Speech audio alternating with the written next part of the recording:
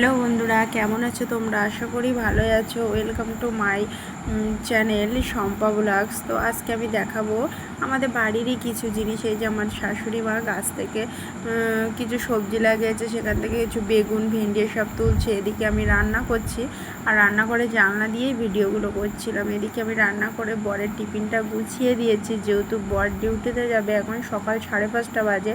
বাইরে তো অসম্ভব বৃষ্টি হচ্ছে, যেহেতু এখন বর্ষাকাল। 2-3 দিন ধরে একটানা বৃষ্টি হচ্ছে, তবুও বৃষ্টির মধ্যে ডিউটি তো আর বন্ধ নেই, ওটা তো যেতেই হবে। এবার ওখানে ও যাচ্ছে, তা বাইরে ভীষণ বৃষ্টি হচ্ছে। উঠোন টুটন কেমন স্যাঁতসেঁতে হয়ে রয়েছে, ঘর বাড়িগুলোও না কেমন স্যাঁতসেঁতে হয়ে রয়েছে, শুকাচ্ছে না মেজে ঠেজে। এগুলো আমাদের বাড়িরই ফুল গাছ, এমন একটা হয়ে গেছে। উঠোন তো ভীষণ স্লিপ হয়ে গেছে। এদিকে বর রেডি হয়ে গেছে, ও যাবে। আবার এদিকে রাত হয়ে গেছে, তো তার ভিতরে সারাদিনে অনেক কাজ আমি করে নিয়েছি, সেটা আমার দেখানো হয়নি, সেটা আমি দেখাবো পরে।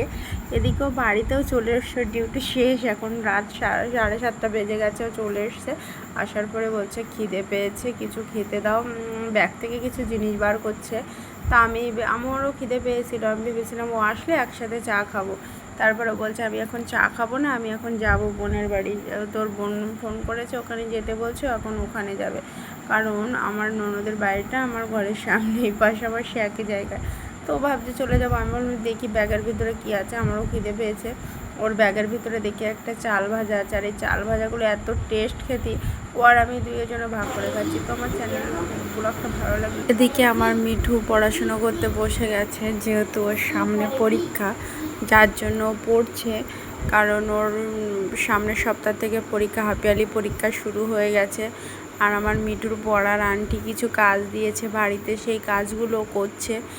ইংলিশ হাতে লেখা দিয়েছে, সেগুলো করছে। না করলে আন্টি আবার ওকে বকা দেবে, সেই একটা ভয়তে করছে।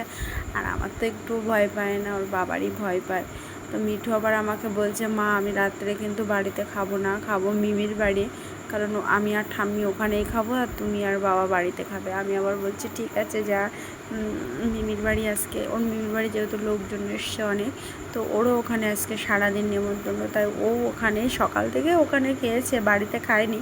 তা মিঠু পাশে পড়ছে বলে আমি আবার ওর পাশে একটু বসে আছি। আবার বসে না থাকলে না শুধু অন্যমনস্ক হয়ে যায়, লিখতে চায় না, বদমাইশি করে, যার জন্য ওর পাশে বসে থাকতে হয়।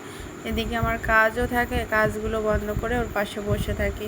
তো বন্ধুরা, আমার ভিডিওটা কেমন লাগে তোমরা প্লিজ কমেন্ট করে জানিও।